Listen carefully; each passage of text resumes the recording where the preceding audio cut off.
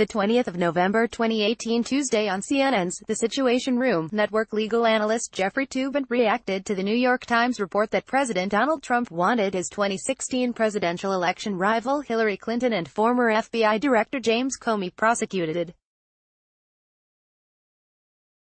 Toobin said, "This is what happens in authoritarian countries. The president orders, the leader orders the investigation and prosecution of his political enemies." On Trump reportedly calling FBI Director Christopher Wray weak, Toobin said, "This is his view of any government official, whether it's in the FBI or the Justice Department, who doesn't do his personal bidding. He has absolutely no understanding that the FBI, the Justice Department, the entire U.S. government, works for the taxpayers, works for defending the Constitution. He thinks they are all his personal servants. When they don't do something he wants to be done, even if there is no legal basis for it, even if it's a violation of all of our traditions in the legal community, he gets angry."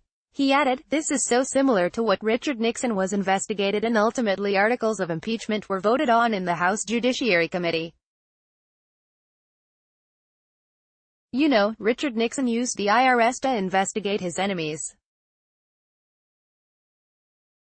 Richard Nixon used the Federal Trade Commission, I forget, maybe it was federal, whichever regulates television, to investigate the Washington Post, because the Washington Post also owned television stations.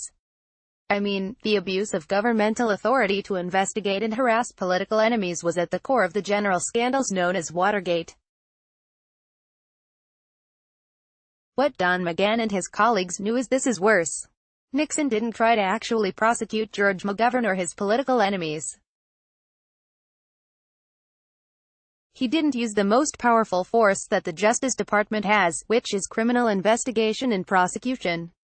If this had gone forward, this would have been worse than what Nixon did during Watergate. But it's in the same category." Follow Pam Key on Twitter at PamKinen.